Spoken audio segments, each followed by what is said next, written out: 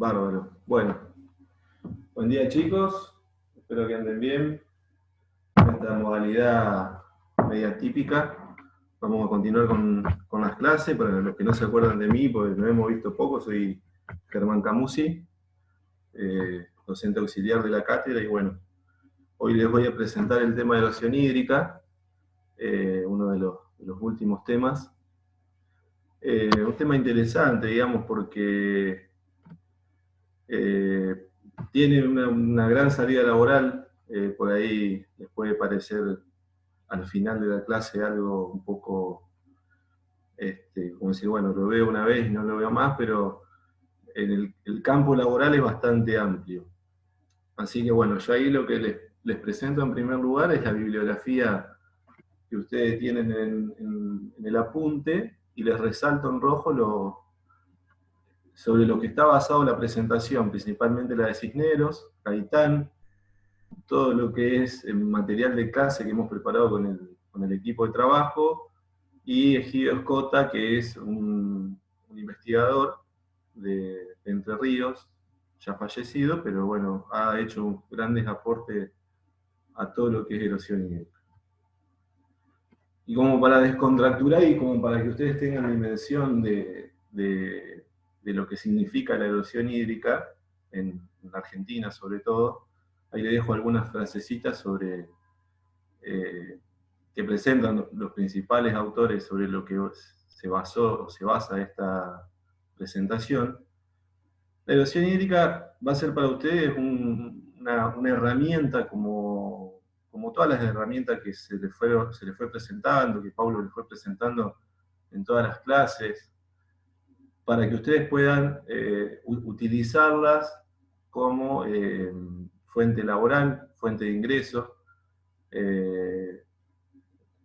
Entonces el control de la erosión hídrica es otra de esas herramientas, pero aparte, digamos, el problema es mucho más grave. Ustedes, cuando estén controlando erosión, cuando al que le toque trabajar en erosión, además de estar haciendo un trabajo, tienen que tener en cuenta que están haciendo un aporte al cuidado del suelo, ¿no es cierto? Que es el principal recurso que tenemos para poder producir y para el desarrollo de la humanidad.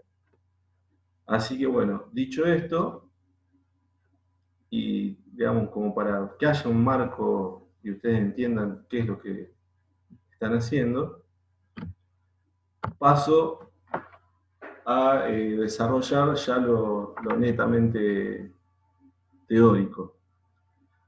Entonces hay diferentes definiciones sobre lo que es la erosión hídrica. La primera, podemos decir que es un proceso de desgaste de la superficie del suelo generado por acción del agua. El agua genera fricción sobre el suelo, generando un desgaste sobre esa superficie. Otra definición la podemos tomar como un proceso de desprendimiento y arrastre de partículas de suelo por acción del agua. Es, digamos, prácticamente lo mismo, ¿no? Dicho de otra manera, con otras palabras. Lo más importante es saber que es un proceso, ¿no? Tiene que ocurrir una serie de cosas para que se dé la erosión, en donde hay desprendimiento y arrastre de partículas, ¿no? Y obviamente quien genera, el causante, es el agua.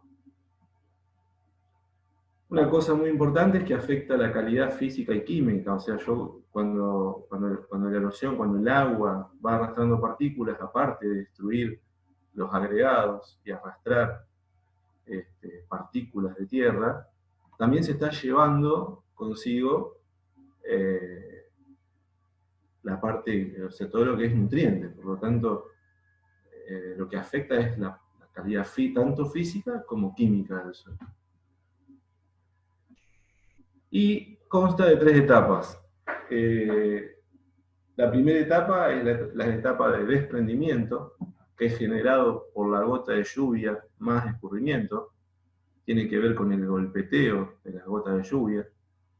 Ya adelantándome, ustedes pueden empezar a pensar que no es lo mismo una lluvia de alta intensidad que una lluvia de baja intensidad.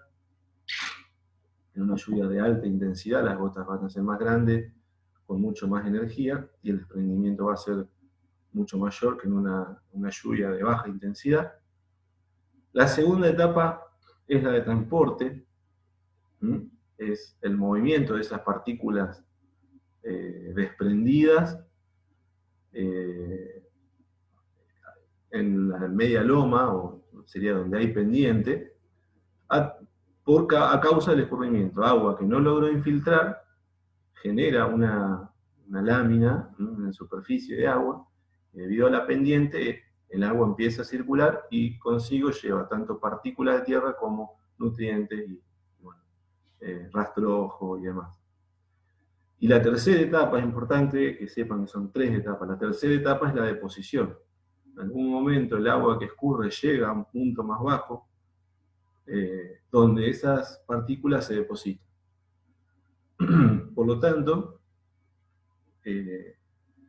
conocidas estas 3 etapas de la erosión, ya podemos empezar a pensar en el corte, ¿no es cierto?, del suelo, del relieve.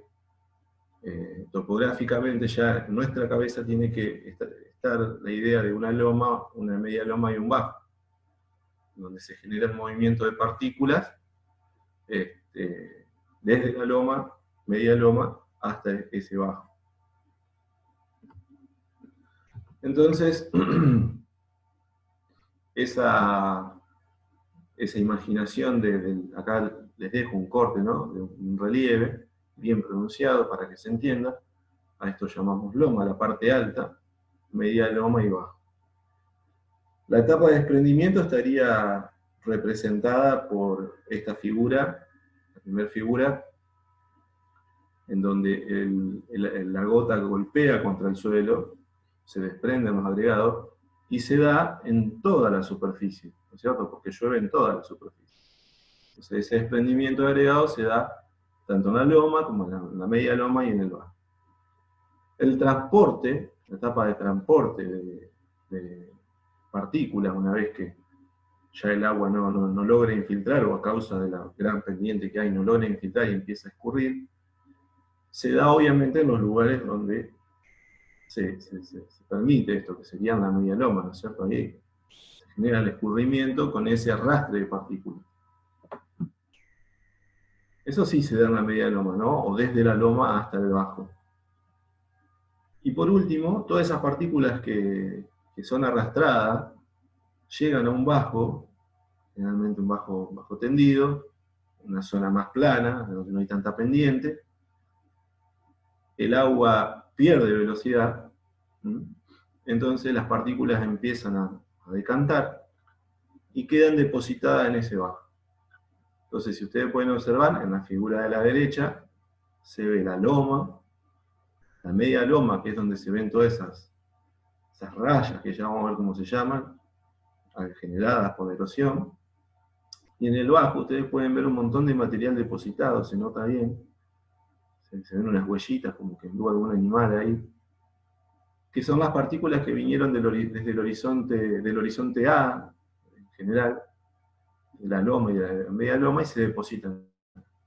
Por lo tanto, a veces, si ustedes van a este bajo y hacen un pozo, van a encontrar que el horizonte A es mucho más profundo que el horizonte A en la loma, ¿no es cierto? O sea, en el bajo el horizonte va creciendo y en la loma se va perdiendo.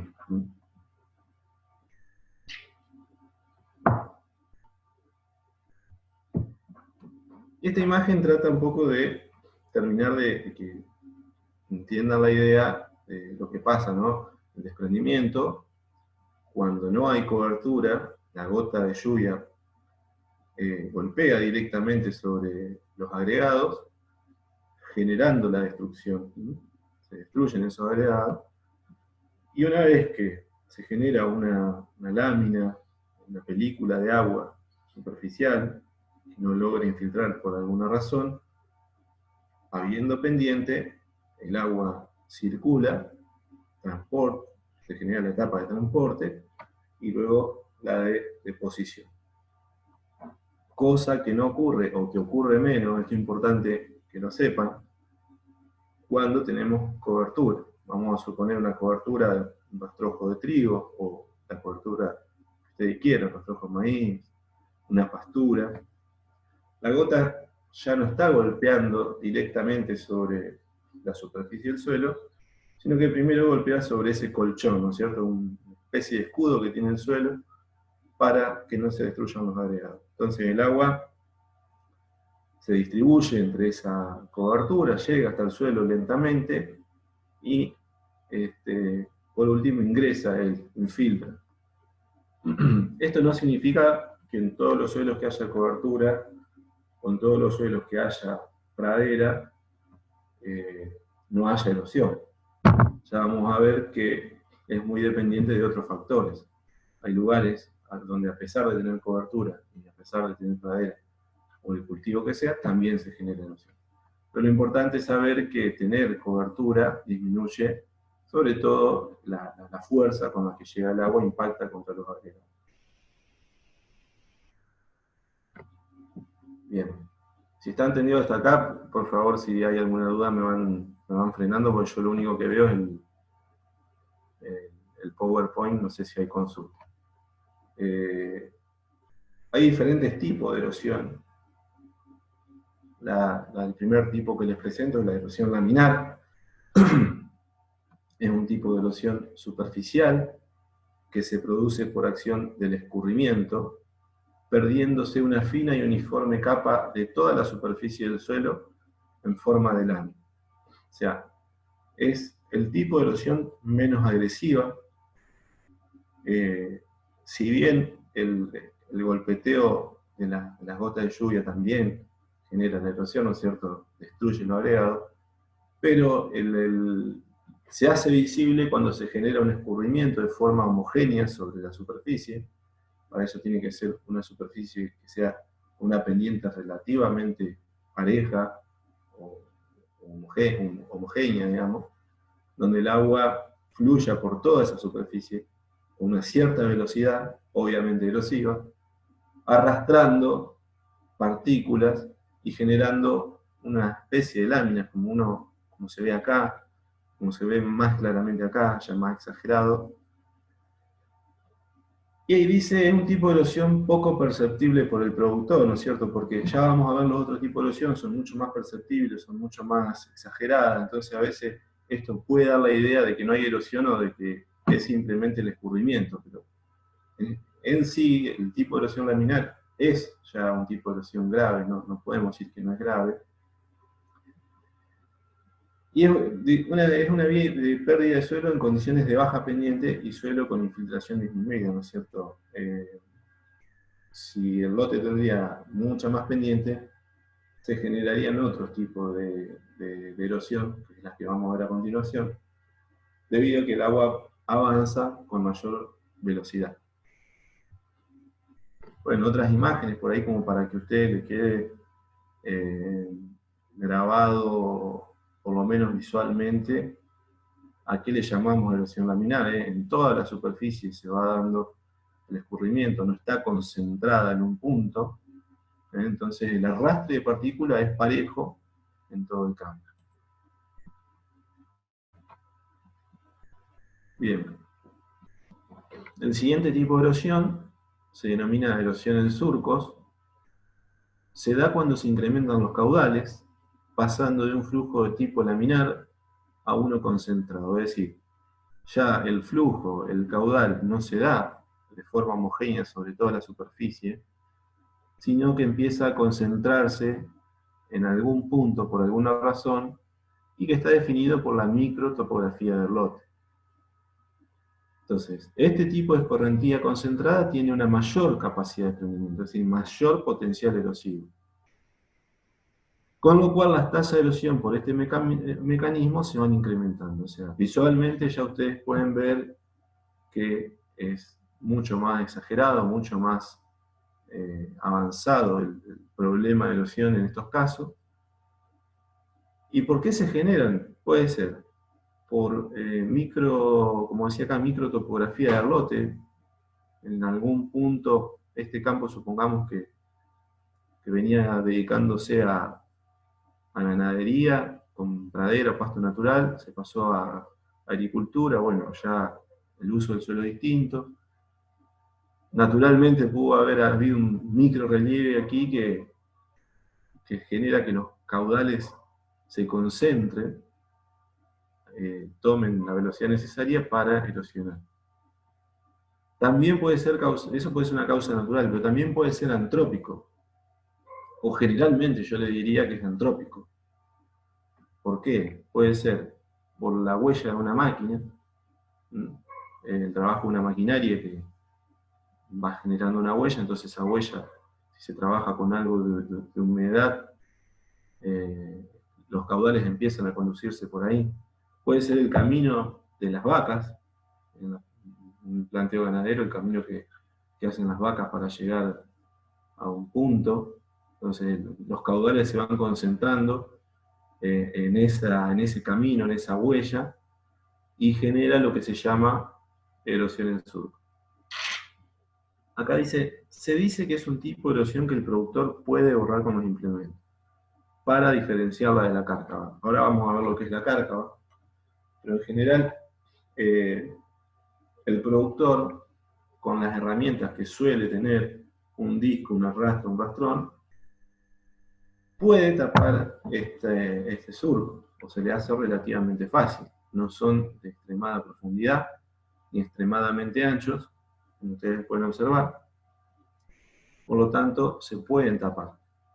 Como vamos a ver más adelante, el tapado no es una solución porque cuando vuelve a llover, eso se vuelve a marcar y se vuelve a generar exactamente el mismo surco.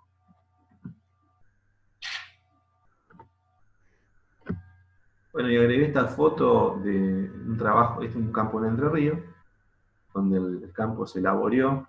Acá se estaba generando un pequeño surco, ¿eh? Entonces el productor lo tapó, le pasó un disco, lo tapó, y a los 7, 8 días hubo una lluvia extremadamente intensa.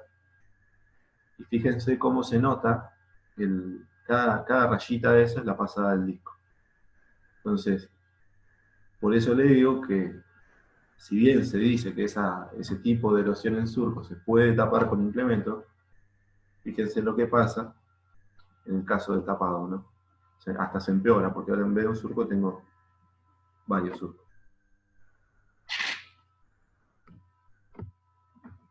Bien, el tipo de erosión en cárcavas, ya la cárcava, como dice acá, es la manifestación más visible y llamativa del proceso erosivo. ¿Por qué? Porque el tamaño del problema aumenta considerablemente. Ya no es un surco que el productor fácilmente puede tapar, sino que es una estructura en donde se perdió muchísimo suelo, una gran profundidad. Fíjense, acá hay una persona, está media fea la foto, pero entra una persona. Esta cárcava todavía también es playa, pero es muy ancha. Entonces, dice, se desarrollan a partir de la acción del escurrimiento sobre la superficie, luego de que se alcanza un cierto caudal y velocidad de flujo. Y se considera una cárcava como aquella forma de erosión que no puede ser borrada por labranza. En general, está bien, para poder diferenciarla del tipo de erosión en surco, principalmente, el hecho de que no pueda ser borrada con labranza, ¿no es cierto?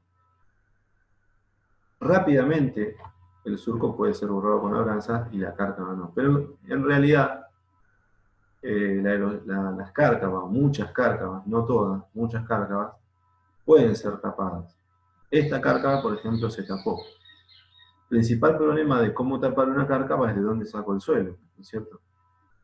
Porque si yo empiezo a traer tierra desde los costados hacia la cárcava, estoy sacando horizonte A de los costados de la cárcava para colocarlos adentro, en el fondo. Por lo tanto, pierdo capacidad de producción en los costados. Entonces estoy generando una erosión antrópica, ¿no es cierto?, sobre los costados de esa cárcava. Es decir, la cárcava, muchas se pueden tapar, muchas no. Obviamente que si uno decide taparla, tiene que pensar sí o sí en técnicas de control de erosión para que no se vuelvan a destapar.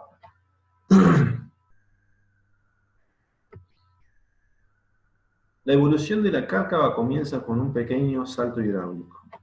Sí o sí, para que se genere una cárcava, y en surcos también, tiene que haber un salto hidráulico. O sea, el agua tiene que haber un desnivel, en donde el agua que genere un salto, que puede generarse en un quiebre pendiente, también dijimos puede generarse por alguna huella que genera la máquina, y que produce una cabecera que avanza en forma retrocedente, es decir, en dirección contraria al escurrimiento.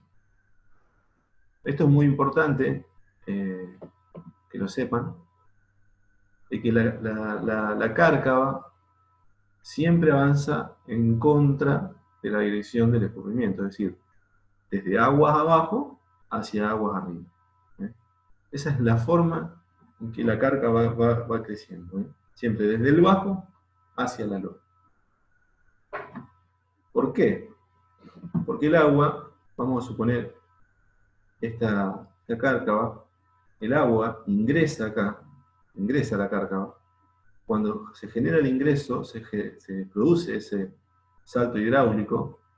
Entonces, el agua cuando viene no hace un salto hasta acá y cae en el piso de la cárcava, sino que el agua, cuando llega a la cárcava, pega contra la pared interna, la más próxima, igual que cuando se les vuelca agua en la mesa, en la mesada, toca los bordes internos de una pared. Ahí es donde se produce la pérdida de energía del agua en contra de esa pared, se debilita, y bueno, estas partes se van debilitando, van perdiendo sustento y van cayendo a la cárcava y son arrastradas por el escurrimiento que hay dentro de ella hasta el bajo, ¿no es cierto? Entonces, dice que se produce una cabecera, en este caso la cabecera de la cárcava es esta, ¿sí? Es la parte superior, la parte de aguas arriba, por donde ingresa el agua. Esa es la cabecera. Esto ocurre debido a la formación de una cascada o salto de agua que va erosionando el piso de caída del agua y generando un debilitamiento del subsuelo por salpicadura. En estas condiciones se producen caídas de bloques en la cabecera que va produciendo el avance retrocedente. Bien, un poquito lo que estaba explicando, no siempre el avance es hacia la loma.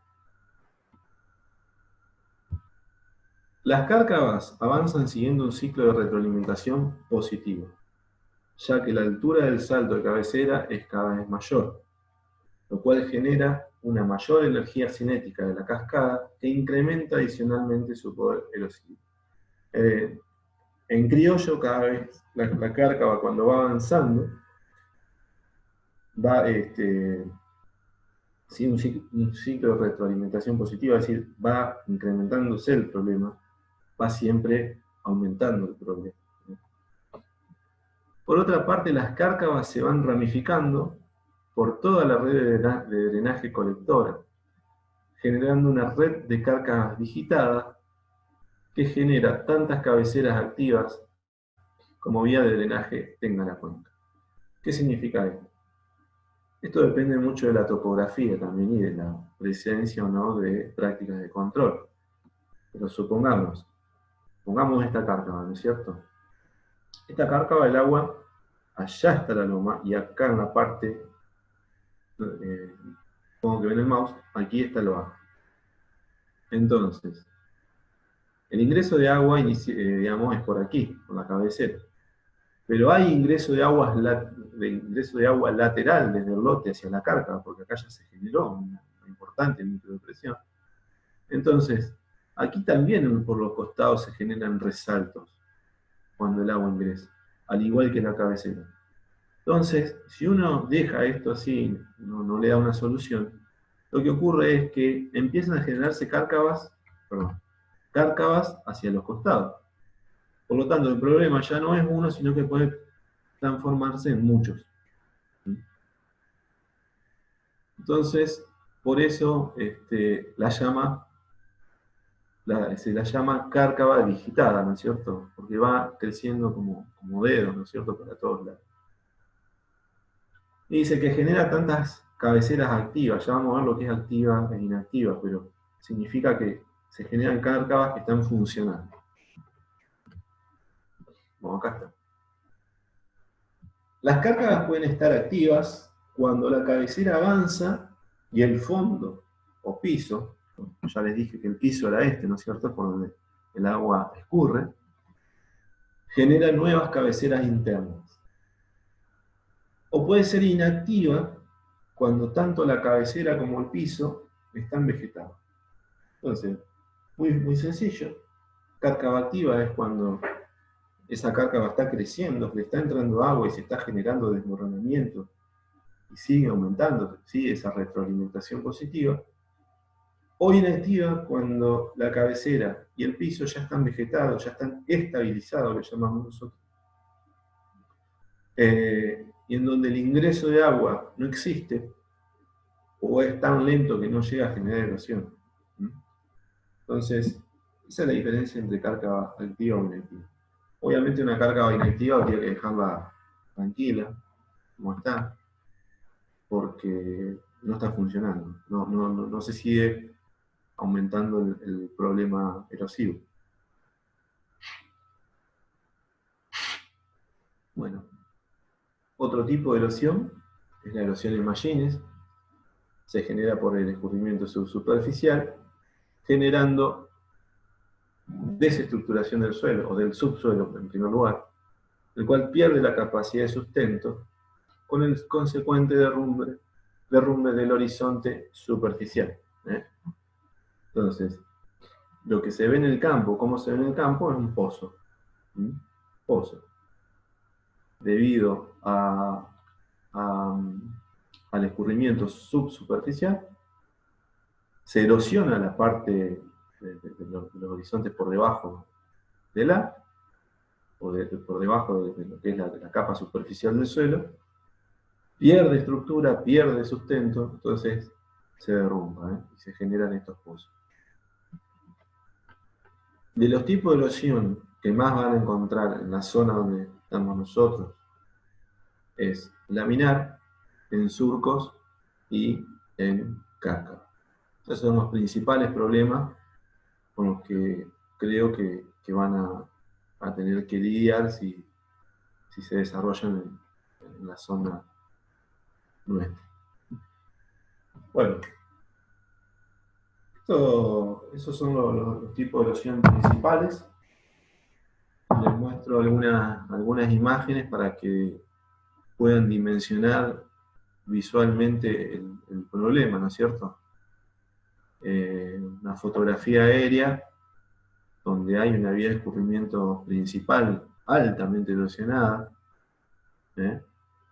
con diferentes cárcavas, ¿no es cierto? Se han generado una especie de cárcava a partir del cauce principal. Fíjense, seguramente está en la loma, seguramente este es el bajo. Fíjense la cantidad de material depositado y, bueno, aparentemente con alto contenido de humedad, ¿no es cierto? Porque llega ahí y se frena. Tenemos una hidroestructura, un camino o algo por el estilo, que está frenando el escurrimiento natural, y un sinnúmero de cárcavas por todo el lote, con pérdidas increíbles de suelo. Bueno, esto es altamente negativo, ¿no es cierto? Esto es muy difícil de trabajar. Si esto está en agricultura, es prácticamente imposible colocar una maquinaria para trabajar. Profesor, buen día. Tengo una pregunta. Sí. En la imagen anterior, ¿estaría bien llamarlo cárcavas primarias, cárcavas secundarias, de acuerdo se van ramificando? No hay, o yo por lo menos no, uno si quiere las puede llamar de esa forma, ¿no? Para poder identificar la madre o la cárcava madre y las que se ramifican a partir de ella. Pero la bibliografía no menciona o no dice mucho sobre esto, pero no, a mi criterio, según tu pregunta, no estaría mal si uno quiere decir, bueno, esta cárcava surge de esta, entonces esta es la primaria y esta la podemos llamar secundaria, ¿no es cierto? No habría ningún problema. Pero no, digamos, la bibliografía no se Claro, pero menciona. nosotros tendríamos que atacar la madre, sería como para buscarle una solución. Exacto. Si uno quiere identificarla, no habría ningún problema. Para decir, esta cárcava nace de esta, no habría problema. Lo que pasa es que sí, esta sería secundaria, esta también podríamos decirse. Digamos, si esta es la primaria, esta ¿cómo la llamaríamos, no? Primaria o secundaria, porque el tamaño también es similar. Pero sí, no habría problema. Se las puede identificar para decir, esta cárcava nació de esta otra. Bueno, este otro campo, fíjense, sin tener curvas de nivel, esta es la loma, este es el bajo, y fíjense que por todo el campo hay cárcava. Quiere decir que la pendiente es relativamente homogénea, el escurrimiento se da por todo el lote, y probablemente, además de la pendiente que seguramente tiene este campo, hay algo que facilitó que esto se produzca, ¿no es cierto? Unas huellas o demás. Bueno, este problema, si el día de mañana le toca asesorar a este productor, esto es prácticamente, está inutilizado este lote, ¿no? A menos que le pongan vacas y lo abandonen, pero productivamente no sirve, hay que buscar una solución. Aunque hay casos que ya, como este, que está realmente avanzado, siempre hay algo para hacer, pero cuando nos llaman para solucionar estos problemas, no es fácil. Bien. Les voy a mencionar cuáles son los factores que la regulan, o cuáles son los factores que, de alguna manera, intervienen en el proceso de erosión hídrica y que vamos a ver más adelante, casi sobre el final de la clase, que estos factores están representados por una ecuación.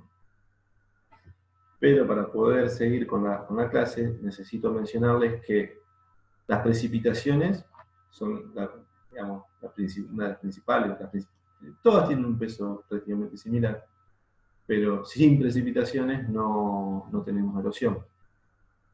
Y por lo tanto, la intensidad de ellas, su intensidad, también me va a determinar qué tan erosivo o no es una región, por ejemplo. El suelo, ¿no es cierto? Las características del suelo, la granulometría, la textura, el contenido de materia orgánica, su estructuración, me van a dar una idea del potencial erosivo de un suelo, ¿no es cierto? No es lo mismo un suelo con alta capacidad de infiltración que un suelo con baja capacidad de infiltración. Longitud y pendiente del terreno, ¿no es cierto? Entonces, longitud es la distancia de esa pendiente. Y cuando digo pendiente, acá me tendría que haber puesto y grado, ¿no es cierto? Grado, o porcentaje, grado, de pendiente, ¿no es cierto? ¿Qué desnivel tengo? No es lo mismo tener un desnivel de 1 metro en 1000 metros de longitud que tener 5 metros de desnivel en esos 1000 metros. Las prácticas de cultivo van a afectar también al proceso de erosión hídrica. Cuando digo práctica de cultivo, ¿qué estoy diciendo? Bueno, estoy diciendo uso del suelo, en primer lugar, ¿no es cierto? ¿Qué cultivo hago? Si un planteo ganadero, si un planteo agrícola, si tengo pradera, si tengo agricultura. Y práctica de cultivo. ¿Qué significa práctica de cultivo? Bueno, si estoy sembrando a favor de la pendiente, si estoy sembrando en contra de la pendiente, si estoy sembrando un cultivo denso en donde el espacio entre líneas es pequeño, 17 centímetros, o estoy usando un espaciamiento entre líneas de 52, es cierto? Eso me va a determinar mucho también la pendiente. Si estoy haciendo una siembra convencional en donde hago remoción del suelo total, o si estoy utilizando siembra directa, me va a cambiar la erosión. ¿Sí? Y el otro factor que está regulando la erosión es las prácticas de conservación. Prácticas de conservación. ¿Qué significa práctica de conservación? Todas aquellas prácticas que impliquen, de alguna manera, movimiento del suelo. Movimiento del suelo. Por ejemplo, construcción de terrazas para el control de erosión. Perdón. Bien. Bueno, ¿qué técnicas disponemos para manejar el recurso hídrico? Acá les presento todas las técnicas, no todas, pero la mayoría de las técnicas que tenemos para manejar el agua y para que ustedes se ubiquen en dónde estamos, ¿no es cierto? Dentro de las prácticas de manejo de agua, las dividimos en interna y externa. Las externas son todo lo que tiene que ver con red de camino y cuneta, que acá no nos interesa, sino que nos concentramos en las internas. Y dentro de las internas tenemos las que llamamos culturales y estructurales. Dentro de lo que es culturales, son todas estas, ¿no es cierto? Rotación de cultivo, siembra directa, cultivo de cobertura, labranza vertical, cultivo cortando la pendiente, cultivo en curva de nivel, cultivos en faja. Y lo que es estructural ya es lo que tiene que ver con movimientos de suelo, ¿no es cierto? Terraza, que es la que más nos interesa a nosotros en lo que es erosión. Dentro de lo que es cultural, o sea que no implica mover suelo, generar estructuras de suelo, no les voy a mostrar todas estas. Si alguien no conoce alguna, me lo dice. Le voy a explicar las que tienen que ver con el control del relieve, o técnicas que afecten el relieve, de cultivo cortando la pendiente, cultivo en curva de nivel, cultivo en faja. Supongo que estas las conocen: rotación de cultivo, siembra directa, cultivo cobertura y labranza vertical. Y si no las conocen, me interrumpen y me lo dicen, porque por ahí es importante que tengan alguna noción para lo que es después el práctico. Bien. Entonces, paso a comentarles o contarles cuáles son las técnicas de control de erosión hídrica. Ya vimos entonces que es un proceso, que ese proceso tiene etapas, que hay diferentes tipos de erosión, ¿no es cierto? Diferentes grados de erosión o tipos. Y también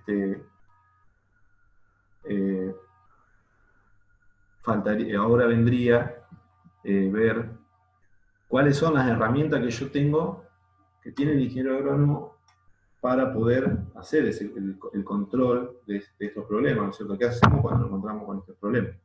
Bueno, en general, las técnicas de erosión hídrica se basan en algunos principios. El principio principal es acortar la longitud de la pendiente, ¿no? Ya, para que haya erosión, dijimos que tiene que haber pendiente, tiene que haber longitud, entonces, un principio es cortar esa longitud. A los fines de reducir la velocidad de escurrimiento, o detenerlo, pero yo diría reducirlo. Generar microrelieves superficiales que permitan incrementar la retención, aumentar rugosidad, disminuir velocidad, incrementar retención, aumentar la infiltración del agua en el suelo. Atrapar sedimentos que se mueven con el escurrimiento por efecto filtro que pueden tener residuos en superficies, siguiendo líneas en contorno, ¿no es cierto? Esa disminución de velocidad, voy a tratar de que esas partículas que se está llevando el agua, a ver si las puedo hacer sedimentar antes de que se vayan al bajo, que no se me vayan de la zona que me interesa que estén. Y otro principio de las técnicas de manejo de erosión es la conducción controlada del escurrimiento. Es decir, escurrimiento va a haber, nosotros vamos a cortar la longitud de la pendiente, vamos a captar ese escurrimiento, pero lo tenemos que llevar a algún lado. Y ese llevar a algún lado significa escurrimiento. y ese escurrimiento tiene que ser controlado. Es decir, controlado, ¿qué significa? Sin causar erosión. Sin causar erosión significa con velocidades no erosivas. Porque si yo conduzco el agua a velocidad erosiva, vamos a suponer el canal que construí para las terrazas tiene excesiva pendiente y genera un problema de erosión en ese canal, lo que estoy haciendo es un traslado de la erosión, que lo llamamos. Ahora la erosión ya no la tengo en el campo, sino que ahora la tengo en un canal. Entonces eso tampoco sirve. Por eso dice conducir controladamente el escurrimiento. El manejo del agua tiene que estar controlado y no a la deriva. Bien, la primera técnica de intervención del relieve, esto está tomado de Cisneros, es cultivo cortando la pendiente. Consiste en trazar una línea perpendicular a la pendiente principal de un lote que sirva como línea base para la siembra de los cultivos. Entonces esto ya les estoy diciendo que es para sembrar un cultivo, ¿no? El manejo puede ser agrícola o ganadero, pero es una técnica para el manejo de la siembra. Fíjense que si ya no tenemos las curvas de nivel, esta línea guía que se está mostrando en el esquema, me está diciendo que el agua se mueve de esta manera, ¿no? ¿Por qué? Porque esa línea está cortando el escurrimiento. Entonces, lo que se hace con un nivel de anteojo es marcar dos puntos, bien perpendicular a la pendiente, o sea, la pendiente, si no tengo un relevamiento hecho, la pendiente tiene que ser fácilmente identificable, o con el mismo nivel yo la puedo detectar, eso ya seguramente en topografía lo han visto. Entonces se marca una línea guía para que el tractorista siembre en esta dirección, y luego todas las demás, toda la siembra se desarrolle de esa manera. Entonces, estoy cortando la pendiente para disminuir la velocidad del agua y aumentar la retención. Es una práctica relativamente sencilla, porque solamente es marcar un punto, dos puntos, y que el tractor la vaya copiando. Y es útil para condiciones de bajo potencial erosivo, por supuesto, si tengo 3% de pendiente, esto no me sirve, digamos. No es que no me sirve, es una práctica que la voy a tener que hacer, pero acompañada de otra. Dice, un lote puede tener varias líneas guía dependiendo de la topografía, por supuesto. Si este lote tiene dos sectores distintos, pero con pendientes relativamente homogéneas, donde yo identifique esa pendiente y pueda hacer un corte de esta manera, lo que se hace es marcar dos líneas guía, ¿no es cierto? O sea, no en todos los lotes que ustedes el día de mañana tengan que trabajar, se van a encontrar con pendientes homogéneas. Lo más probable es que no sean homogéneas. Otra técnica de control de relieve para disminuir la velocidad del agua, disminuir la erosión, disminuir la pérdida de partículas, es el cultivo en curvas de nivel. ¿Qué son las curvas de nivel? Bueno, ustedes ya saben que las curvas de nivel son líneas imaginarias que unen puntos de igual altura. Son líneas que no las vemos en el campo, sino que son imaginarias. Lo que plantea esta práctica es marcar esas líneas. No se marcan todas, obviamente, sino que se marca una, o dos, dependiendo, ¿no? de la complejidad del lote. Entonces, con el nivel de anteojo, lo que yo hago es, en el lote, ir marcando puntos de igual altura. Mando a un mirero, a una mira, a un extremo del lote, hago una lectura, a una determinada distancia hago otra lectura, tiene que ser la misma, el mismo valor, tengo que hacer mover el mirero hasta que obtener el mismo valor, lo cual está significando que este punto tiene la misma altura que este. Entonces así voy avanzando y voy dibujando o voy marcando puntos con igual altura. Entonces después el tractorista o el sembrador lo que hace es venir y seguir esa línea, marcarla con la máquina, y seguir sus trabajos de esa forma. Entonces, de esa forma se va siguiendo la curva de nivel. Es para lotes que tienen un poquito más de pendiente que el caso anterior. Ya son lotes un poquitito más complejos, un poquito más dependientes, con un poquito más de problemas, pero no tienen problemas graves de erosión. Entonces, corta la pendiente para disminuir la velocidad del agua y aumentar la retención. Es relativamente sencilla porque con el nivel óptico y la mira se puede marcar. No necesito, hasta diría que no es necesario el relevamiento si conozco o identifico el lote, la pendiente. Cuanto más uniforme es un terreno, mayor paralelismo habrá entre las líneas guía y por lo tanto el sistema de cultivo en curva de nivel será más simple de implementar. Esto se refiere, no sé si se alcanza a ver acá, las imágenes un poco claras, pero acá esta imagen, esta figura muestra un relieve un poco más complejo que este, ¿no es cierto? Este es parejo, ¿no? Esta es un curva de nivel con una pendiente uniforme. En cambio acá ya tengo un sector, dos sectores, tres sectores. Entonces cuando se genera esta situación ya es más complicado, ¿no es cierto?, sembrar de esta manera, ¿no? En curvas muy cerradas, bueno, acá no tenemos la escala, pero imagínense sembrar un maíz que necesitamos que las líneas estén lo más rectas posible, porque después la cosecha, el problema del maíz es la cosecha, ¿no? Que el maicero vaya derecho y no voltee plantas de maíz, entonces imagínense esto, es un poquito más complejo, más complicado.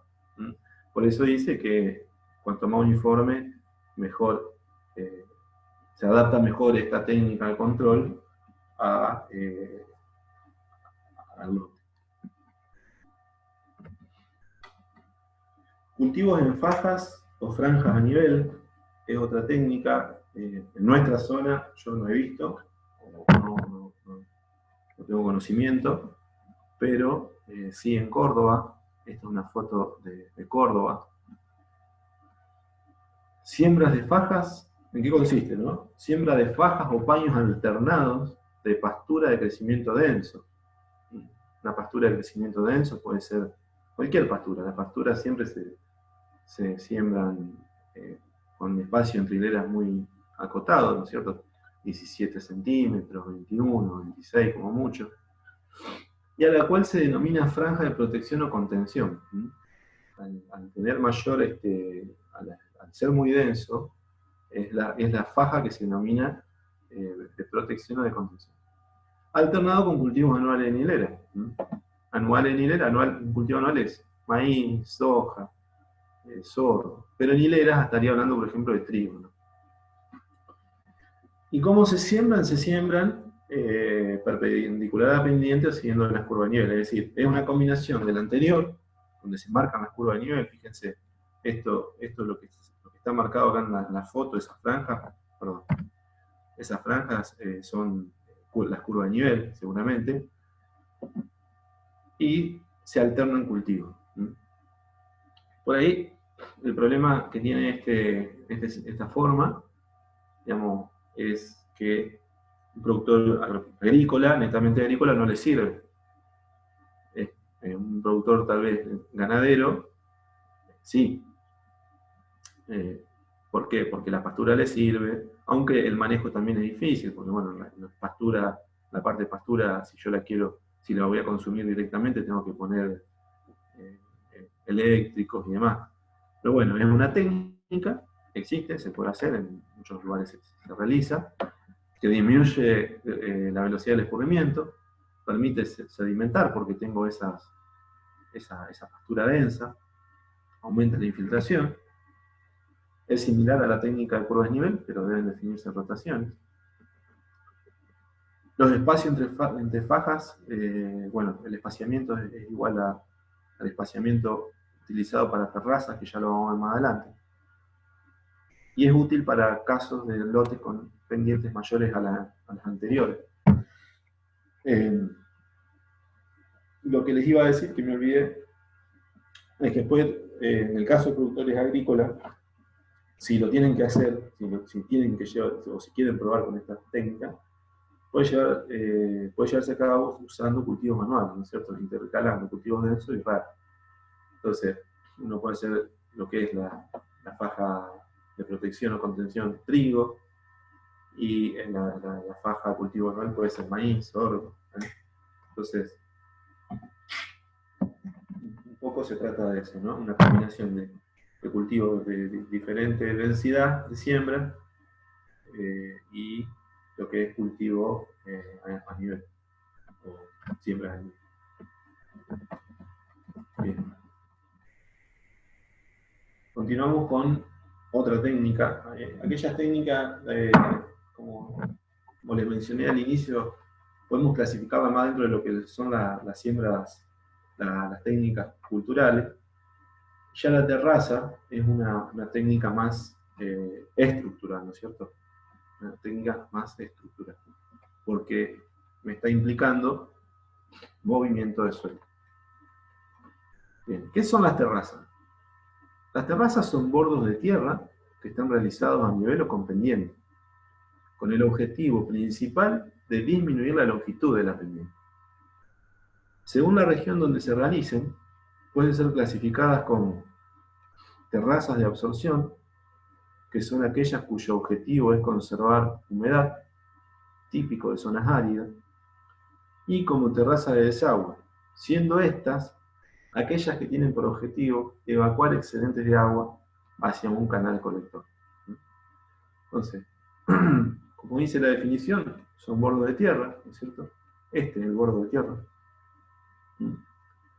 Puede estar hecho a nivel o con pendiente, ya vamos a ver por qué.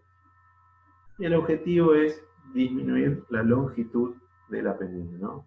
La pendiente, acá tengo la loma, acá tengo el bajo, el agua circula de esta forma, choca con la terraza, y si esta terraza tiene pendiente, el agua circula, empieza a circular por la terraza, y si no tiene pendiente se acumula. En zonas áridas, esa acumulación es para aumentar la cantidad de agua que infiltra, ¿no es cierto? Para aumentar la acumulación de agua en el suelo, recargar el perfil.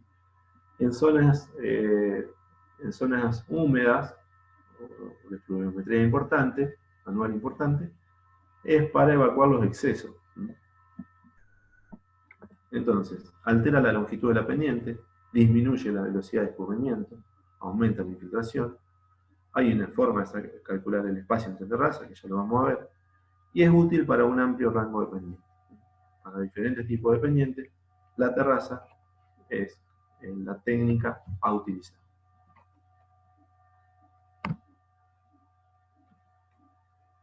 Bien. Según la función que tenga la terraza, como dijimos, la podemos clasificar de desagüe o de absorción. La terraza de desagüe son aquellas que se utilizan para el control de erosión hídrica, evacuando el excedente del campo hacia un canal colector. Por lo tanto, estas terrazas deben tener pendiente no erosiva. ¿Qué es pendiente no erosiva? De 0,2 a 0,5. Algunos llegan a 0,6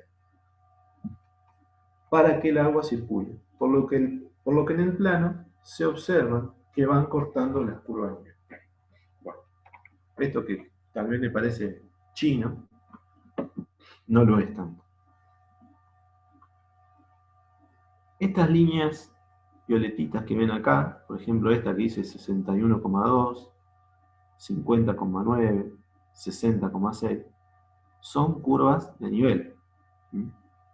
Son líneas imaginarias en un plano topográfico que a mí me permiten ver el desnivel entre dos puntos, ¿cierto? Este punto y este punto. Me permiten ver divisorias de agua, vía escurrimiento, etcétera, etcétera. Ya todo lo que ustedes conocen.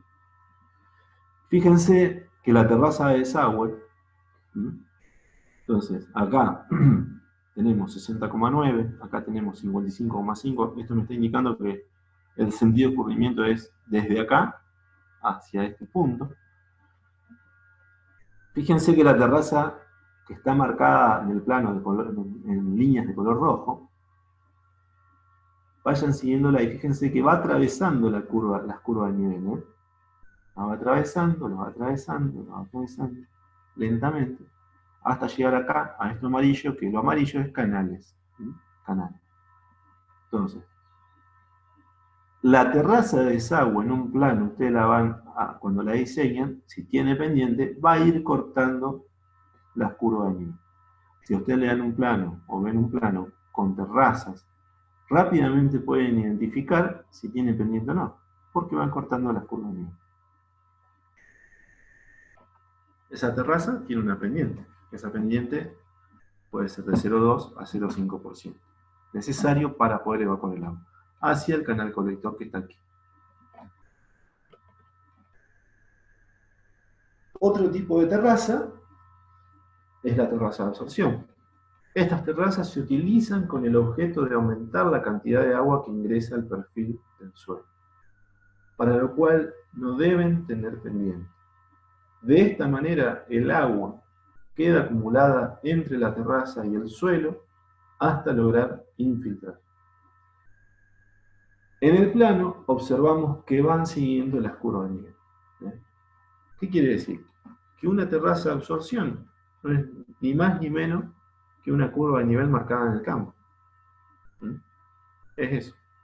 Fíjense en el plano, como en el anterior, las líneas violetas están indicando las curvas de nivel, o sea, líneas imaginarias con un punto igual a altura, con equidistancia de 30 centímetros, o sea que entre curvas hay 30 centímetros de desnivel. Acá no tengo la escala, entonces no sé la distancia. Pero lo importante, por eso puse esta foto, es que la línea roja, que está representando a la terraza de absorción, va o está ubicada sobre la curva de nivel. Bien. Un esquema tomado de Cisnero para reforzar, para que les quede claro. ¿Sí? Las líneas más claritas, que no se alcanzan a ver los números, son las curvas de nivel, y las líneas oscuras están representando las terrazas que desembocan en canales. Entonces, el escurrimiento es, siempre el escurrimiento, acuérdense, que ya lo tienen que saber, es perpendicular a las curvas de nivel. Así corre el agua, naturalmente en el campo. Entonces, lo que llueve acá choca contra esta terraza, como tiene pendiente, ustedes ven acá, tiene pendiente porque inicia en una terraza, en una curva de nivel de mayor altura a otra de menor altura, de cota, choca contra esta terraza y el agua empieza a circular hasta llegar hasta aquí. Lo que llueve aquí pega contra esta terraza, circula y llega hasta el canal. En cambio, las terrazas de absorción, como ya les dije, se encuentran ubicadas sobre las curvas de nivel, por lo tanto, no necesito un canal colector porque no están desaguando.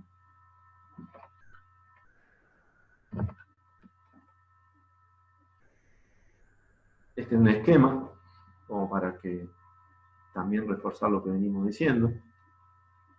Cuando llueve, las terrazas de desagüe, en la terraza de desagüe circula el agua, llega hasta el canal colector y es evacuado, mientras que en la terraza de absorción el agua queda aquí hasta infiltrar. Y esta aclaración es muy importante, tener en cuenta que primero, cuando uno arma un sistema de terraza, deben construirse o acondicionarse los canales, los cuales deben estar empastados, y luego sí se pueden construir las terrazas, iniciando por la terraza de la loma. Porque si yo construyo todas las terrazas, no construyo el canal, el agua a donde me va a generar una carga. Voy a concentrar el agua en un punto y probablemente tenga un problema. O si lo construyo todo a la vez, todas las cosas a la vez, el canal y la terraza, también voy a tener un problema porque el canal seguramente no lo voy a lograr empastar, a menos que sea un canal de doble boca. Y dice iniciando siempre por la terraza de la loma. ¿Por qué? Porque si tengo para construir 10 terrazas, empiezo del bajo hacia la loma, empiezo hoy, ¿no es cierto? Y mañana me llueve, esa terraza, la del bajo, va a tener que absorber todo el agua que viene de la loma y seguramente se va a romper. Entonces siempre iniciar la construcción de la terraza desde la loma. Bien.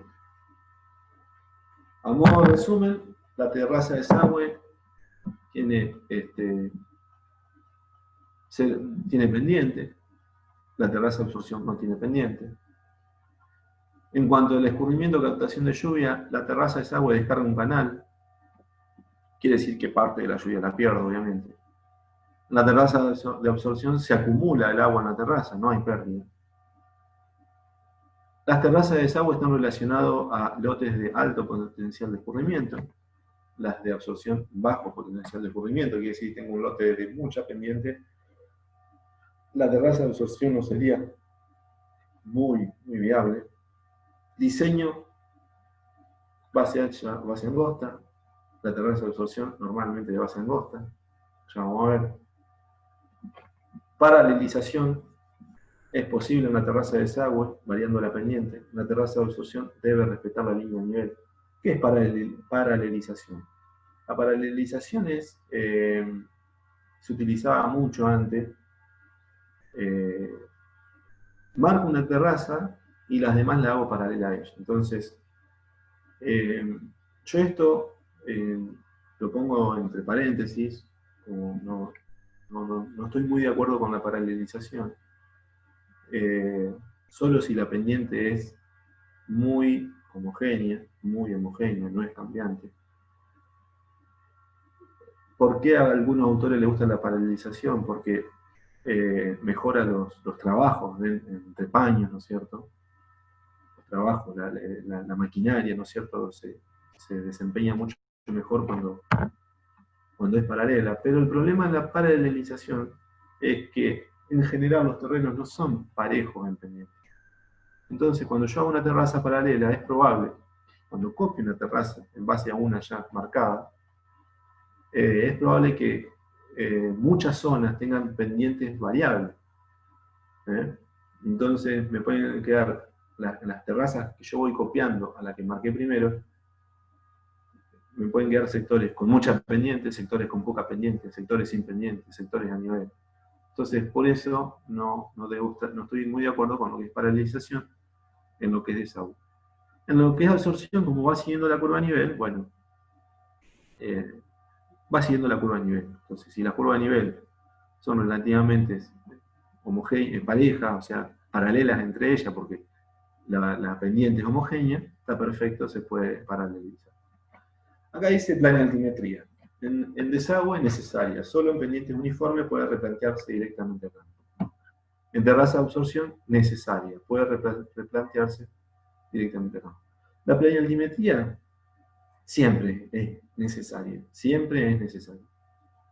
porque el ojo nos puede engañar.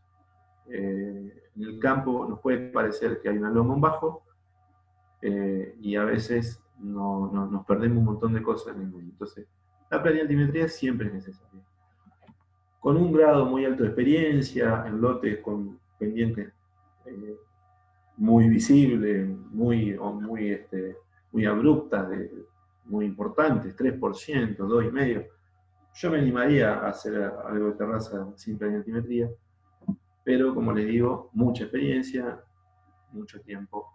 Y aparte es el análisis de sangre nuestro, para decirlo así, en este tema, ¿no es cierto? Como para que tengan una idea, es lo que me permite a mí hacer un buen diseño y destacarme como ingeniero por hacer un buen diseño, tener un buen relevamiento planialtimétrico.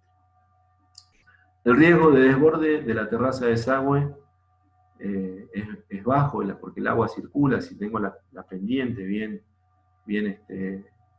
ajustada de la terraza, el desborde no debería ocurrir. La absorción es un poco mayor porque el agua se acumula, entonces corre riesgo de que suba el tirante, si es bajo el lomo, la pase por encima.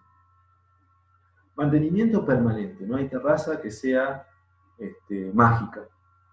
Acuérdense que son estructuras de tierra. Si la hacemos de cemento, tal vez tenga menos mantenimiento, que no existen, obviamente, de cemento. Pero el mantenimiento es permanente. Esto es importante. El día que les toque trabajar, porque el productor a veces piensa que uno construye una terraza y se terminó el problema. No, el problema no se terminó, el problema se empieza a solucionar. Y siempre hay ajustes año a año.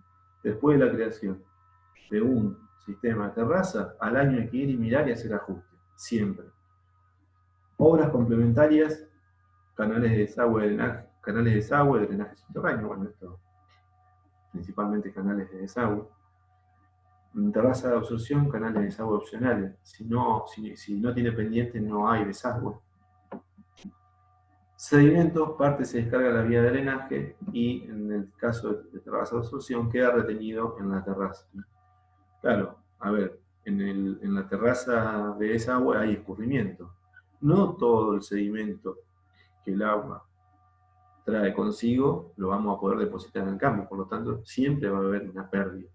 Siempre va a haber una pérdida. En cambio, la terraza de absorción, como el agua no circula, sí va a quedar retenido.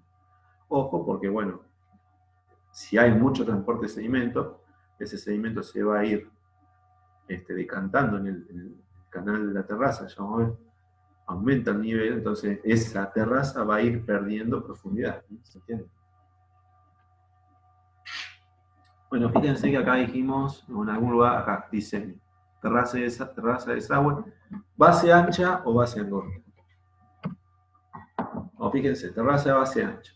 Estas terrazas poseen entre 10 y 15 metros de ancho, considerando el lomo y el canal, siendo la proporción aproximada de uno y de otro 50%, es decir, la mitad corresponde al canal, 5, 6, 7 metros, y la otra mitad corresponde al lomo de la terraza. Presentan varias ventajas, como el de poder ser cultivadas, atravesadas por cualquier vehículo, no se enmalezan, y como desventaja, un mayor costo de construcción. Son útiles para lotes con potencial erosivo moderado. O sea, dentro de lotes con potencial erosivo, si no tiene una pendiente del 3%, la terraza de base ancha anda bien. Es la más aconsejable y la más recomendada, porque no perdemos superficie, se pueden sembrar, no se enmalezan, las podemos atravesar en cualquier punto del campo, con la camioneta, las podemos atravesar con el tractor, con la sembradora, la cosechadora, siempre y cuando estén estabilizadas. Una terraza que no está estabilizada, no la podemos transitar, no la podemos pisar. Entonces esto va a depender mucho de la forma de construcción. Si yo la construyo con un arado donde hago 2 o 3 vueltas, genero un lomo y me voy, a la primera lluvia eso baja primero el nivel, pero aparte no está compactado ese lomo. Por lo tanto, es inestable, entonces cualquier cruce con maquinaria me la va a romper, me la va a marcar, entonces el agua el agua que traiga va a cortar por ahí. Entonces, atravesarla cuando esté estabilizada. Y las desventajas, el costo de construcción. El costo de construcción es la principal desventaja porque, más adelante se lo vuelvo a repetir, pero anda alrededor de 1 litro de gasoil por metro de construcción. Entonces, versus la base angosta que anda alrededor del medio litro. Entonces, esto siempre es determinante. Por otra parte, algo que les digo es que, si bien estas terrazas son las más aconsejables, son las que más me gustan, las que nos gustan en general a todos, porque no perdemos superficie sobre todo, la maquinaria cada vez más grande, por ahí no se adapta muy bien a este tipo de terraza. Más si el terreno es desparejo, o sea, la pendiente es desuniforme, donde tenemos muchas curvas, entonces la maquinaria que va siendo cada vez más grande, a veces no se adapta bien. Una cosechadora que cuando la cruza, deja mucho en la terraza sin cosechar.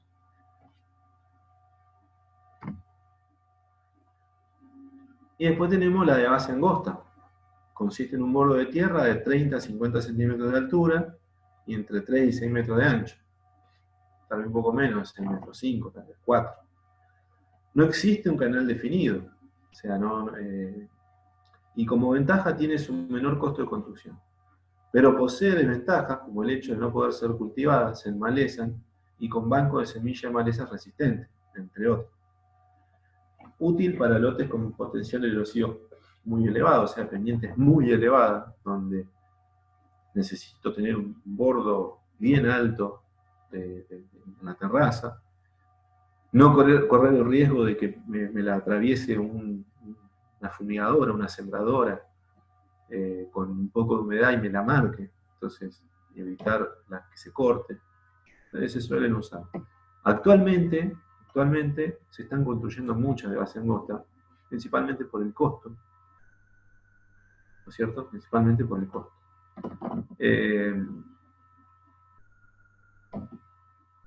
Tiene la desventaja, esto está puesto como desventaja, ¿no es cierto?, el enmalezamiento.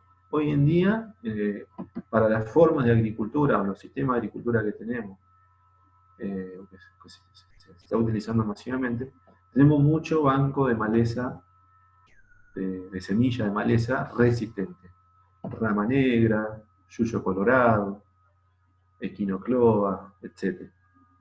Bueno, esas malezas nacen porque si no queremos que nazcan ahí es donde más nacen, ¿no es cierto? Y son difíciles de controlar porque, digamos, una vez que el cultivo está instalado, cerró el surco y se está desarrollando, ya no ingresamos con herbicidas para controlar maleza dentro del lote, por lo tanto ellas siguen ahí. Siguen. Entonces se genera vamos aumentando el banco, tenemos banco de semilla importante de estas malezas. Entonces, otros lo ven como ventaja al enmalezamiento porque o se está hablando de corredores biológicos con todo el tema de la agroecología y reducción de uso de agroquímicos y de implantar árboles y de forestar y demás. El hecho de que se enmalecen, de que crezcan árboles y demás, está visto como corredores biológicos, como digamos, un aporte a la ecología. Entonces, es discutible si es bueno o malo que se enmalecen. Desde el punto de vista del manejo es malo, y desde ese otro punto de vista sería una forma de decir, bueno, yo estoy sembrando de esta forma, pero tengo estos corredores biológicos. Bueno, la longitud de la terraza es ampliamente discutido. Cuando el sistema de labranza no era convencional, no era siembra directa, sino que era convencional, la bibliografía decía, bueno, no se pasan de los 400 metros.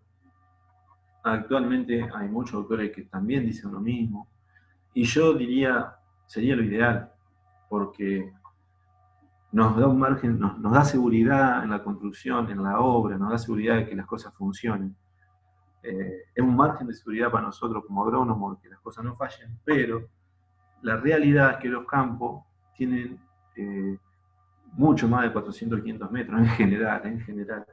Es probable que se encuentren con situaciones mayores, 1000 metros.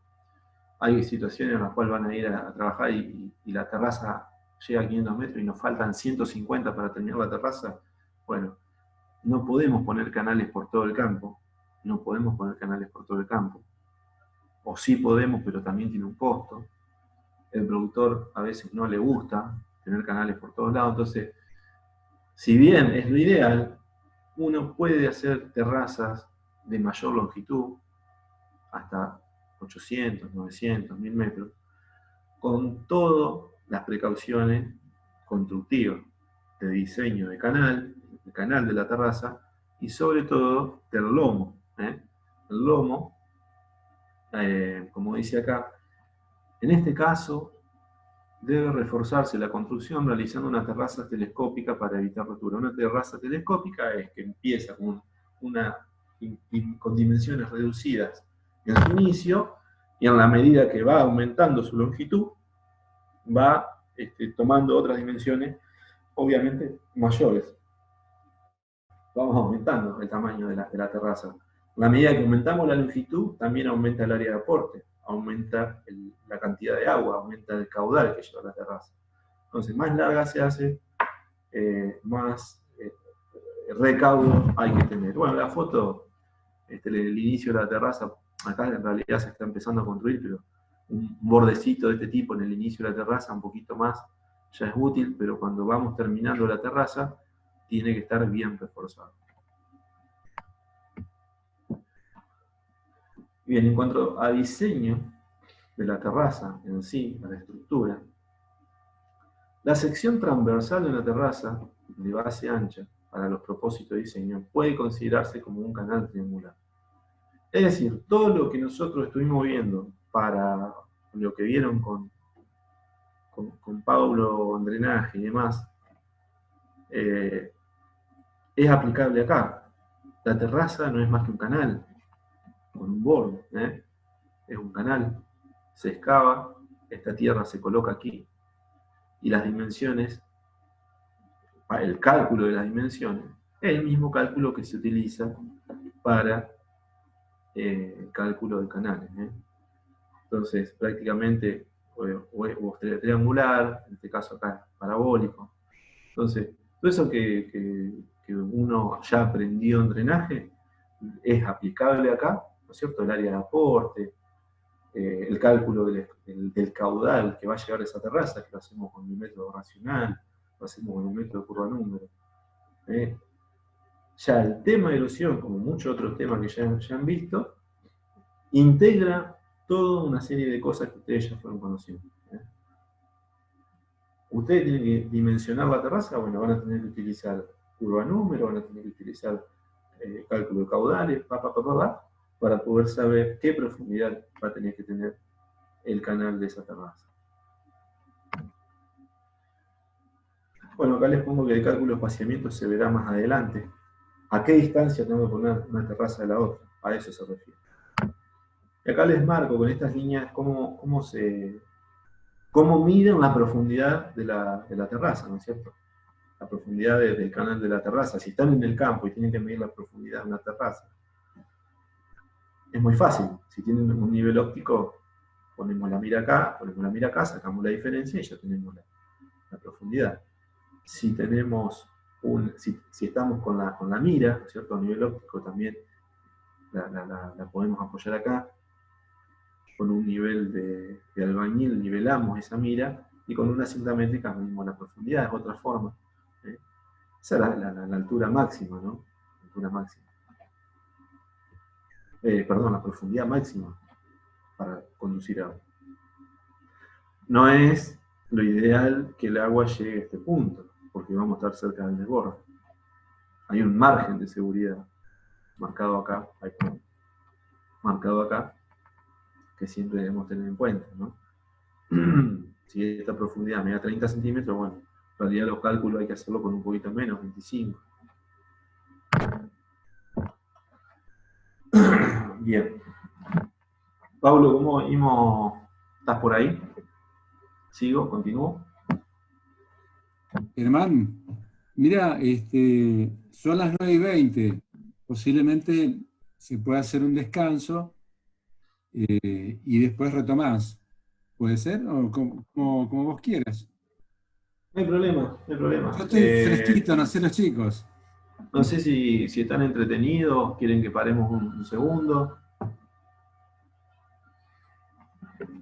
Si no, podemos terminar lo que es control de cárcavas y paramos ahí. Bueno, dale. Si no tienen problema los chicos, seguimos así. Acá en el chat no aparece nadie está todo bien. Hola, ahí está. Perdón. Bueno. Control de cárcavas, conceptos. Bueno, como dijimos, y el inicio de la cárcava ocurre generalmente en lugares con cambios abruptos de pendiente. En esos lugares, la energía de agua se disipa absorbiendo el material de suelo, que se desagrega produciendo un pequeño salto. Ya lo comentamos. Esa diferencia de nivel aumenta la energía de caída que debe absorber la base del salto, por lo tanto la desagregación es más intensa. Como dijimos hoy, el agua ingresa, golpea en la pared interna de la cárcava, en la cabecera, puede ser esta cabecera, puede ser otra,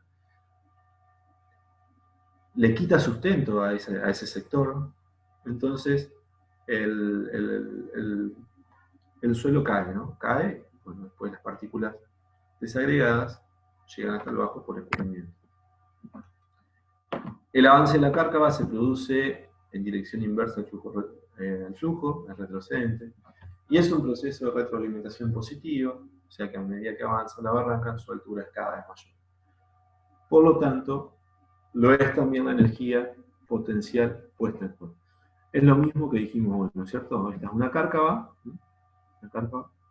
que está en lo bajo, está en la loma, cada vez más profundo. Las técnicas de control de cabecera de cárcavas son estructuras hidráulicas construidas sobre la cabecera de cárcavas con el objetivo de detener el avance retrocedente y la profundización de los niveles de base de los cauces de desagüe afectados por este tipo de erosión. Entonces, lo importante son estructuras hidráulicas. Son estructuras hidráulicas. Muchas veces podemos necesitar de la asistencia de un ingeniero civil si hay que hacer alguna obra estructural de material. Y básicamente los principios para controlar una cárcava es el aislamiento de la parte superior de la cabecera, no le tiene que entrar agua, básicamente. Muy sencillo, no tiene que entrar agua. No tiene que entrar agua directamente para que no se genere ese resalte hidráulico. Protección del piso y cara frontal de la cárcava, ahora vamos a ver las partes. Protección de las paredes laterales. Entrada única del agua. Tengo que aislarla y el agua que entre por un único lugar, o dos, pero poder tenerlos controlados. Y aislamiento. Esto está, bueno, acá también dice aislamiento, relacionado también a animales. No puedo tener animales pisoteando la cárcava, generando disturbios en la cárcava, porque no la voy a poder estabilizar nunca.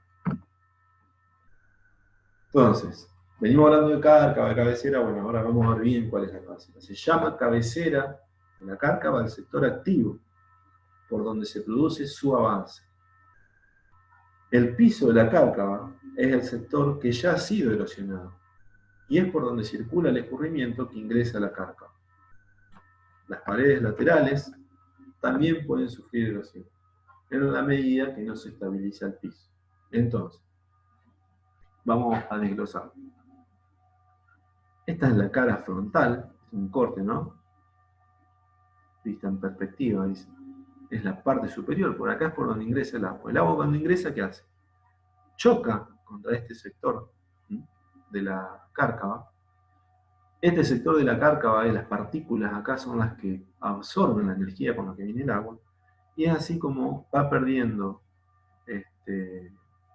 sustento del suelo y se va desmoronando. Esta sería la cara frontal, la cara lateral, que acá no está en color, sino que está, y el piso de la cárcava. En una vista en planta, esta sería la cabecera principal de la cárcava, y estas serían cabeceras secundarias, lo que decía hoy el amigo, no sé cómo el nombre, podríamos llamarlo como principal, también como cárcava principal, cárcava secundaria. Esta es la principal porque es la más grande y es donde entra la mayor cantidad de agua. Y estas son las que los gajos, muchos en el campo le llaman así, se hizo un gajo sobre la principal. En la cárcava que venimos viendo en las fotos, en el ejemplo, estas serían las paredes. Acá no estaría viendo de frente la cara frontal, sino que estaría viendo la parte superior. Esta es la parte superior por donde ingresa el agua. Estos serían los laterales. Este es el piso. Y aquí un posible gajo, aunque tenga un camino que me va a limitar tal vez un poco el crecimiento, pero posibles o potenciales cabeceras secundarias.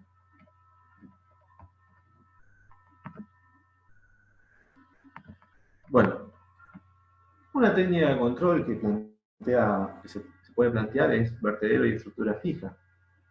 Son estructuras de mampostería que protegen las paredes laterales, frontales, piso y parte superior de la cabecera mediante muros de ladrillo, piedra, gabión u hormigón armado.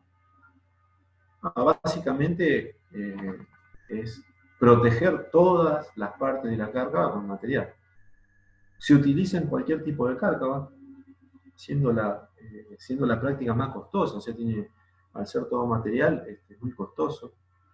Por lo tanto, requiere la aplicación de factores de seguridad altos, O sea, no se me tiene que romper. Si yo accedo, el productor accede a esta práctica, tengo que estar bien seguro, tiempo de recurrencia largo, una lluvia de diseño importante. Entonces, para que esa estructura me aguante, no puedo estar cambiándola cada 5 años. Tiene que ser una estructura que tenga tiempo de recurrencia importante. Se suele utilizar para cárcavas medias a grandes, cuando no tengo muchas alternativas de solución. Bueno, accedo a esto. Lo cierto, son diferentes formas, ¿no?, de construirlo. Lo cierto es que no hay productor que acceda fácilmente a esto, no hay productor. No es fácil que un productor diga, sí, vamos a hacer esto. ¿Por qué? Por el costo que tiene, ¿no? Hacer esto en la cárcava, allá en el bajo, ni lo veo, costo re importante, pero es una solución súper efectiva. Uno hace esto y se olvida del problema. Es lo mejor que nos puede pasar. Otra, llamado tobogán, algo parecido a esto también, ¿no?, pero ya sin uso de tantos materiales costosos. Rebajado de la cabecera de la cárcava, de manera tal que quede con una pendiente uniforme, y en la construcción sobre la misma de un canal revestido de mampostería o hormigón. Le sacamos, la acondicionamos primero con motoniveladora, con retroexcavadora, le damos una pendiente uniforme, la mínima posible. En la base del canal se emplaza la batea difusora, un disipador de energía, o sea, hacemos que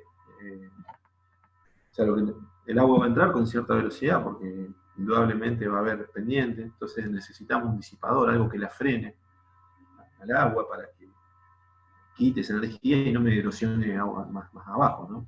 O no me arrastre partículas, no me siga arrastrando y logre sedimentar. Se puede usar en cualquier tipo de cárcava, no mayor a 4 metros, ya que la energía a disipar sería excesiva. Bien.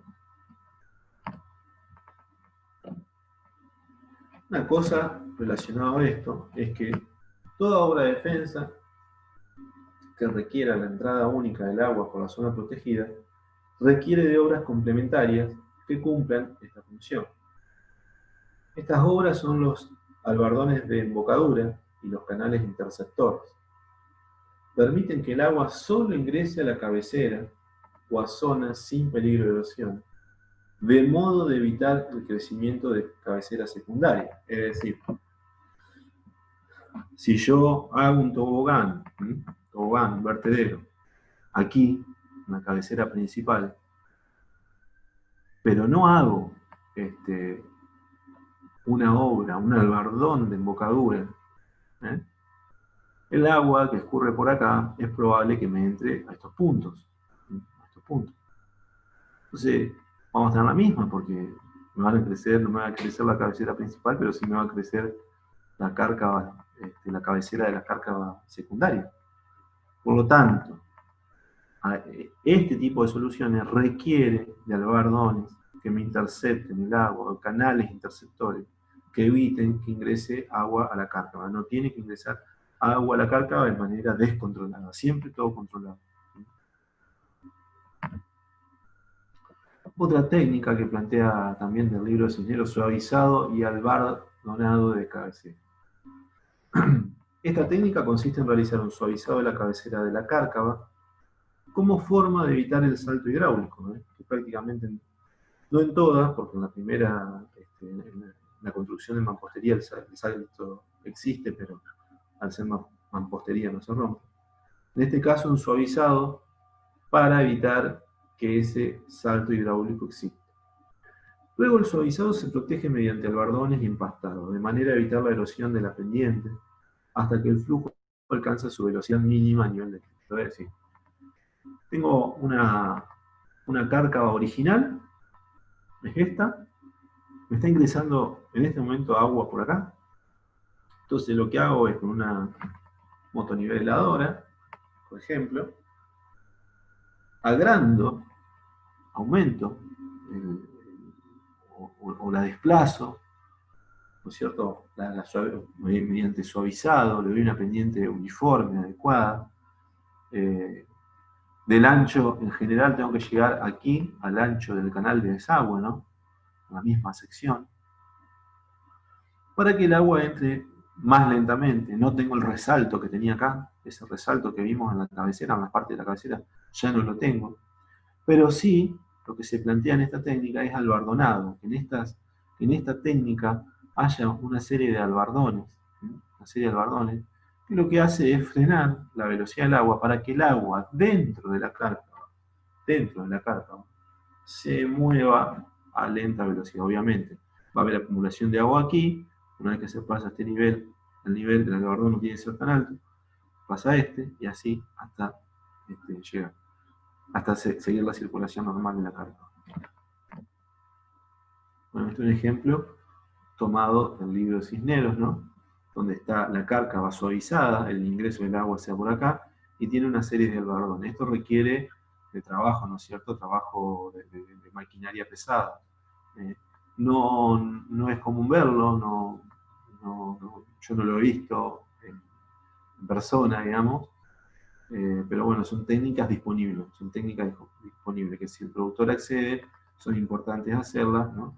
Y obviamente que tiene un mantenimiento importante, porque estamos hablando de estructuras de tierra, entonces lo que tenemos que considerar es que el agua sí o sí algún efecto sobre el albardón me va a hacer. Entonces el mantenimiento es alto y esa es otra causa por la cual no se hace. No se hace. Alguna forma de cálculo de espaciamiento no es importante que lo sepan ahora, lo tengo en la diapositiva, pero sí sepan que hay una forma de calcular esto, ¿no? El espaciamiento entre esos albardones. Bueno, aleros o voladizo, esto tal vez es un poco más común, alguien lo pudo haber hecho en campos de ustedes, pueden llegarlo a haber visto en algún lado. Un alero. Le hace un alero a la cárcava.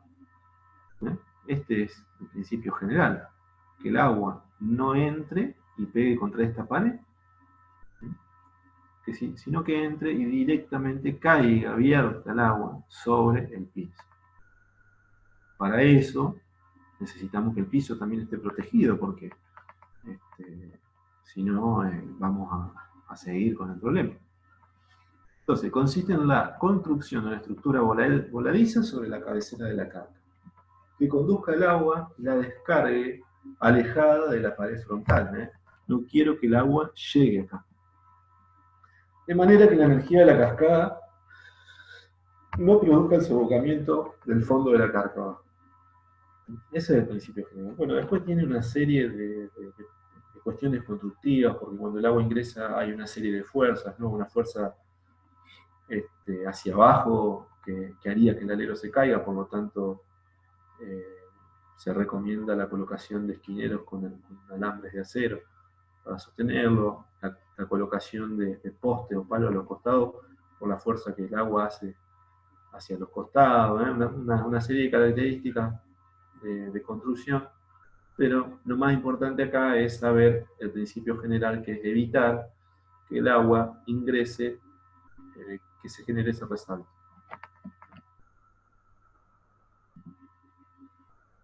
Esas eran técnicas para control de cabecera, hay más, no puse todas, hay muchas más.